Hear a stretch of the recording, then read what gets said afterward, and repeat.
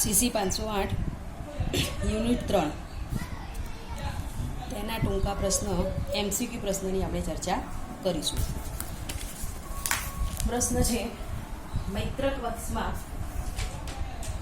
કુલ કેટલા રાજાઓએ કેટલા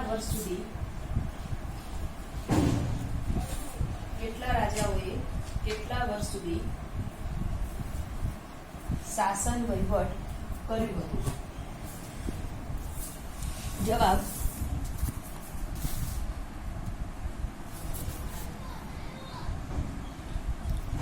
મૈત્રક વંશના કુલ રાજાઓએ લગભગ 300 વર્ષ સુધી એટલે કે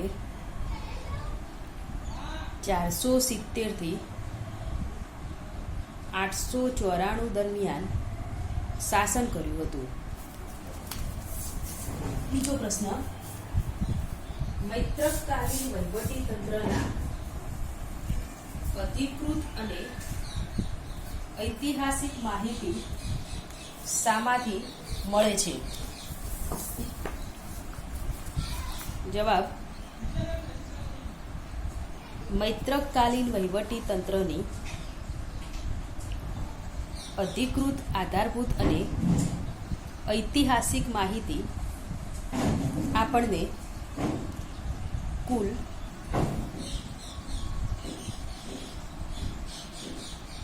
117 દાનપત્રોને આધારે મળે છે. મૈત્રકકાલીન 117 દાનપત્રોને આધારે એ સમયની કઈ માહિતી મળે છે? તો જેમાં દાનપત્ર તૈયાર કરનાર વ્યક્તિનું નામ, તેના પૂર્વજોની પ્રશસ્તિ, દાન લેનાર વ્યક્તિનો પરિચય,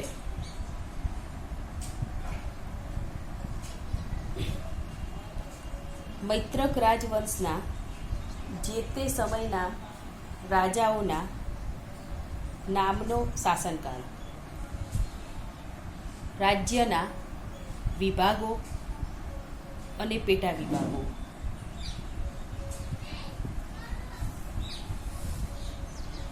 સ્તૂપો, વિહારો, દેવાલયો અને દાન ધર્મની વિગતો,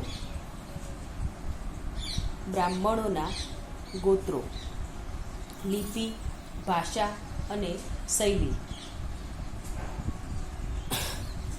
ચોથો પ્રશ્ન છે,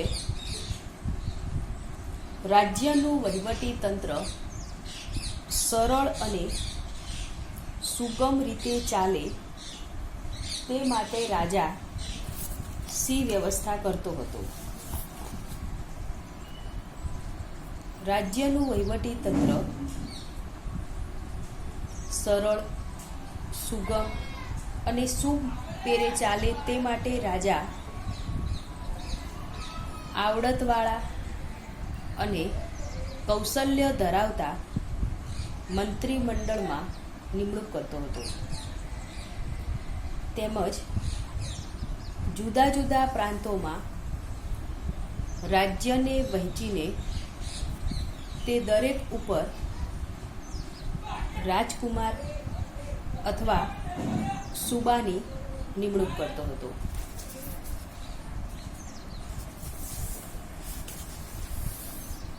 પાંચમો પ્રશ્ન, મૈત્રક રાજવીઓ કેવા હતા?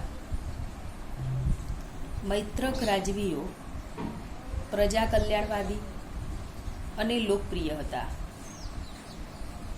તે સમયના રાજવીઓ પ્રજાનું હિત, શાંતિ તેમજ વ્યવસ્થાની જાળવણીને પોતાનો ઉત્તમ ધર્મ સમજતા હતા.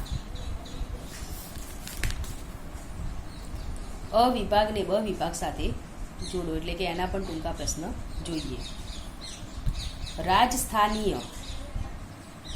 રાજસ્થાનીય એટલે વિદેશ મંત્રી. મહાસંધિ વિગ્રહક, યુદ્ધ કે શાંતિ અંગે નિર્ણય લેનાર મંત્રી. ત્રીજું છે દૂતક.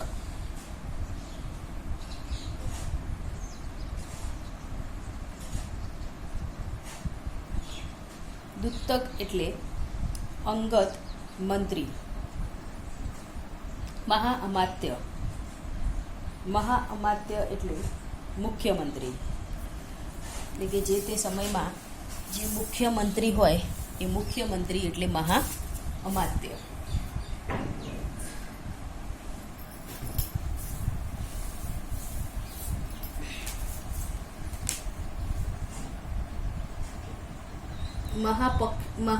મહાક્ષપટલિક. મહાક્ષપટલિક એટલે દફતર ખાતાનો વડો. મહાક્ષપટલિક દફતર ખાતાનો વડો. પ્રમાતા. પ્રમાતા એટલે ફોજદારી ખાતાનો વડો. દીવારપતિ સૌથી મોટો લહિયો લખનાર. તો હવે આપણે જોઈશું કે રાજસ્થાનીય. રાજસ્થાની એટલે વિદેશ મંત્રી. મહાસંધિ વિગ્રહ યુદ્ધ જેવી બાબતોની અંદર નિર્ણય લેનાર મંત્રી. દૂતક. દૂતક એટલે અંગત મંત્રી. મહાઅમાત્ય એટલે મુખ્યમંત્રી. મહાપક્ષપટલિક એટલે દફતર ખાતાનો વડો. પ્રમાતા એટલે ફોજદારી ખાતાનો વડો. અને દીવરપતિ એટલે લહિયો લખનાર. મૈત્રક રાજાઓના વહીવટી તંત્રમાં આયુક્ત અને મહાપ્રતિહાર કોને કહેવામાં આવતા હતા? મૈત્રક રાજાઓના વહીવટી તંત્રમાં આયુક્ત એ મુખ્ય મહેસૂલી અધિકારી ગણાતો અને મહાપ્રતિહાર એ દ્વારપાળની જવાબદારી સંભાળતો હતો. મહાપ્રતિહાર એટલે દ્વારપાળ અને આયુક્ત એટલે મહેસૂલ અધિકારી. વર્તમાન સમયના તાલુકા જેવડા વિસ્તારને અને કસ્બા જેવડા વિભાગને શું કહેવામાં આવતા હતા? વર્તમાન સમયમાં તાલુકા જેવડા વિસ્તારને પથક અથવા સ્થલી અને કસ્બા જેવડા વિસ્તારને દંગ કહેવામાં આવતા. મૈત્રકકાલીન વહીવટી તંત્રમાં વર્તમાન જિલ્લા જેવડા વિસ્તારને કયા નામે ઓળખવામાં આવતા હતા? મૈત્રકકાલીન વહીવટી તંત્રમાં આધુનિક સમયના જિલ્લા જેવડા વિસ્તારને વિષયના નામે ઓળખવામાં આવતો હતો. મૈત્રકકાલીન વહીવટી તંત્રમાં મહાબલાધિપતિ નામનો હોદ્દો શાનો નિર્દેશ કરે છે? મૈત્રકકાલીન વહીવટી તંત્રમાં મહાબલાધિપતિ ભૂમિ સેનાનો વડો હતો. રાજ્યનો સૌથી વડો લશ્કરી અધિકારી એ મહાબલાધિપતિ હતો. મૈત્રક યુગ દરમિયાન કયા 5 પ્રકારના કર લેવામાં આવતા હતા? મૈત્રક યુગમાં ઉદંગ એટલે એક સામટું લેવામાં આવતું મહેસૂલ, એટલે કે એક જ સાથે બધું જ મહેસૂલ લેવામાં આવતું, એને ઉદંગ કહેવાતું. બીજો કર હતો ઉપરી કર. ઉપરી કર એટલે જમીનના માલિક ન હોય તેવા ખેડૂતો પાસેથી લેવામાં આવતો કર.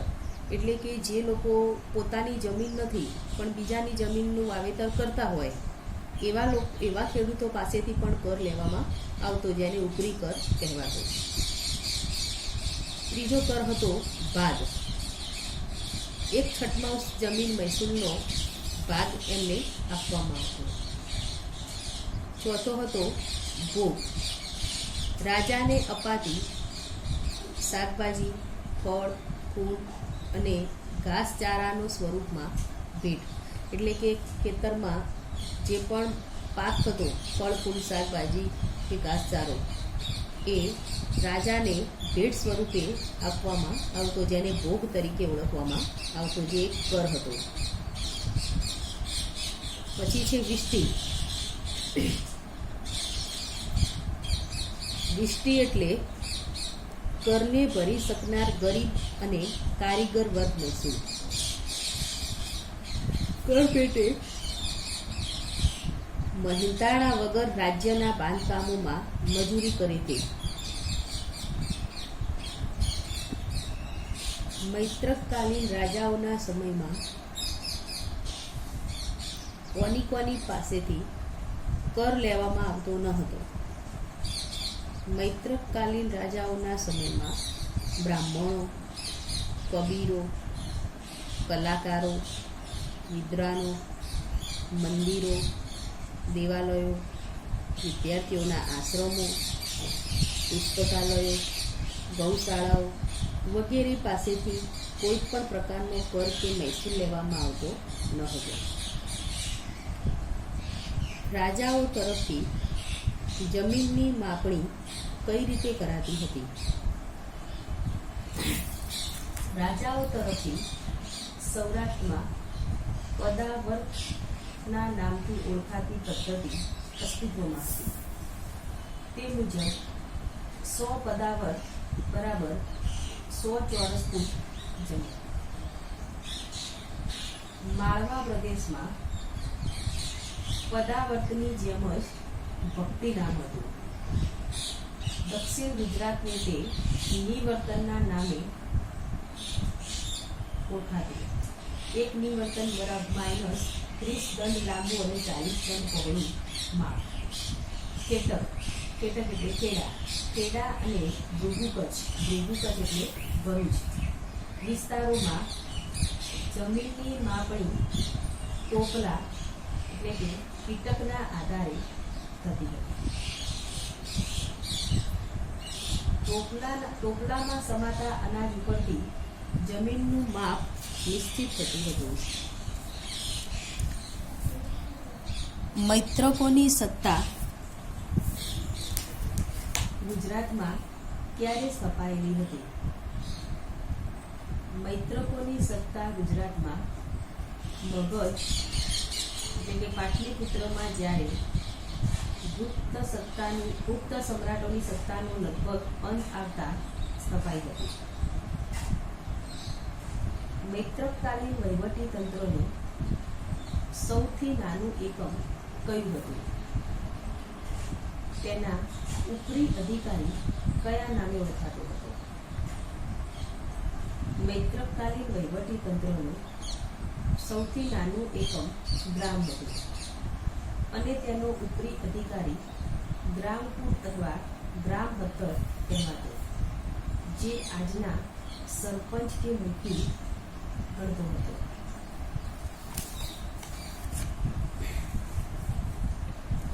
વલભી વિદ્યાપીઠમાં કયા કયા વિષયો શીખવવામાં આવતા હતા? વલભી વિદ્યાપીઠમાં વેદો, વેદાંગો, પુરાણો, સંસ્કૃત, વ્યાકરણ, ધર્મશાસ્ત્રો, ઉપનિષદો, જૈન આગમો, ગ્રંથો, બૌદ્ધ તત્વજ્ઞાનના ગ્રંથો, નીતિશાસ્ત્ર, રાજ્યશાસ્ત્ર, શિલ્પકલા, જ્યોતિષ, ચિકિત્સાશાસ્ત્ર વગેરે વિષયો શીખવવામાં આવતા. લગભગ 5 વર્ષે બાળકને પાઠશાળામાં સૂત્રો અથવા શ્લોકો શીખવવામાં મૂકવામાં આવતો. કયા બે ચીની પ્રવાસીઓએ વલભી વિદ્યાપીઠની મુલાકાત લીધેલી? યુએન સાંગ અને ઇત્સંગી નામના બે ચીની મુસાફરોએ વલભી વિદ્યાપીઠની મુલાકાત લીધેલી. યુએન સાંગના મતે વલભી વિદ્યાપીઠ કેવી હતી? યુએન સાંગના મતે વલભી વિશ્વવિદ્યાપીઠ નાલંદા વિશ્વવિદ્યાપીઠની હરીફાઈ કરતી હતી, જેમાં હિનયાન બૌદ્ધ ધર્મ શાખાના આશરે 6000 બૌદ્ધ સાધુઓ ધર્મશાસ્ત્રોનો અભ્યાસ કરતા હતા અને 100 જેટલા બૌદ્ધ ભિક્ષુઓને રહેવા માટેના વિહારો હતા. ઇત્સંગી પણ વલ્લભી વિદ્યાપીઠની ઉચ્ચ શિક્ષણની વ્યવસ્થા પ્રશંસા કરી હતી. વલ્લભી વિશ્વવિદ્યાપીઠમાં વિદ્યાર્થીઓને કઈ રીતે પ્રવેશ અપાતો હતો? વલ્લભી વિશ્વવિદ્યાપીઠમાં વિદ્યાર્થીઓને પ્રવેશ પૂર્વે દ્વાર એટલે કે દરવાજા ઉપર વ્યાકરણ અને ધર્મશાસ્ત્રોના જ્ઞાનની આકરી કસોટી લેવામાં આવતી હતી, જેમાં 10માંથી 2 કે 3 વિદ્યાર્થીઓને જ માંડ પ્રવેશ મળતો હતો. મૈત્રક રાજાઓના શાસન દરમિયાન કયા ધર્મને ખૂબ પ્રોત્સાહન મળેલું અને કયું શહેર એ ધર્મનું મુખ્ય સંસ્કાર નગરી બનેલું? મૈત્રક શાસન દરમિયાન જૈન ધર્મને ખૂબ પ્રોત્સાહન મળેલું અને વલ્લભીપુર એ ધર્મનું મહત્વનું કેન્દ્ર બન્યું હતું. જૈન ધર્મના શ્વેતાંબર સંપ્રદાયના 45 આગમોની વાંચના ક્યાં કરેલી? જૈન ધર્મના શ્વેતાંબર સંપ્રદાયના 45 આગમોની વાંચના મહાન આચાર્ય નાગાર્જુને વલ્લભીપુરમાં કરી હતી. જૈન પાઠશાળાઓમાં વિદ્યાર્થીઓ ઉપરાંત પંડિતો કોને ભણાવતા હતા? જૈન પાઠશાળાઓમાં વિદ્યાર્થીઓ ઉપરાંત જૈન સાધુઓ અને સાધ્વીજીઓને પંડિતો મારફતે ધર્મ તત્વજ્ઞાનના તથા અન્ય વિષયોના ગ્રંથોનો અભ્યાસ 17 વર્ષ સુધી ચલાવવામાં આવતો હતો. કયો ગ્રંથ કવિ ભટ્ટીએ રચેલો તેની શી વિશિષ્ટતા છે? કવિ ભટ્ટીએ ભટ્ટી કાવ્ય રચેલું છે. ઈસવીસન 570 થી 628ના સમયગાળામાં રચાયેલું છે તેમ માનવામાં આવે છે. આ મહાકાવ્યની વિશિષ્ટતા એ છે કે રાવણની કથા સાથે સાથે તેમાં વ્યાકરણના રૂપો, નિયમો, શબ્દાલંકારો, અર્થાલંકારો, ઉત્તમ ઉદાહરણો એ કથામાં વણી લેવામાં આવ્યા છે. છેક 15મી સદી સુધી આ મહાકાવ્ય ખૂબ જ લોકપ્રિય બનેલું. મૈત્રક વંશના શાસનના અંત ભાગમાં કયો સુપ્રસિદ્ધ ગ્રંથ રચાયેલો, કોણે અને ક્યારે રચેલો? મૈત્રક વંશના શાસનના અંતકાળે જૈન સાધુ જીનસેને ઈસવીસન 783-84માં હરિવંશ પુરાણ ગ્રંથની રચના કરી હતી. આ ગ્રંથમાં જૈન તીર્થકરોની કથાનું નિરૂપણ થયેલું છે. આ ઉપરાંત વલ્લભી વિશ્વવિદ્યાપીઠની નજીકના વિહારમાં રહીને સ્થિરમતી તથા ગુણમતીએ પણ પ્રસિદ્ધ ગ્રંથો રચ્યા હતા.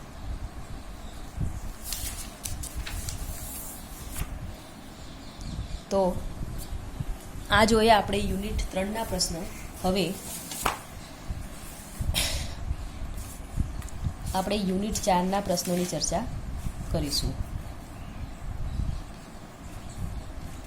મૈત્રકોના શાસન દરમિયાન શિલ્પકલાના ક્ષેત્રે કેવો વિકાસ થયેલો?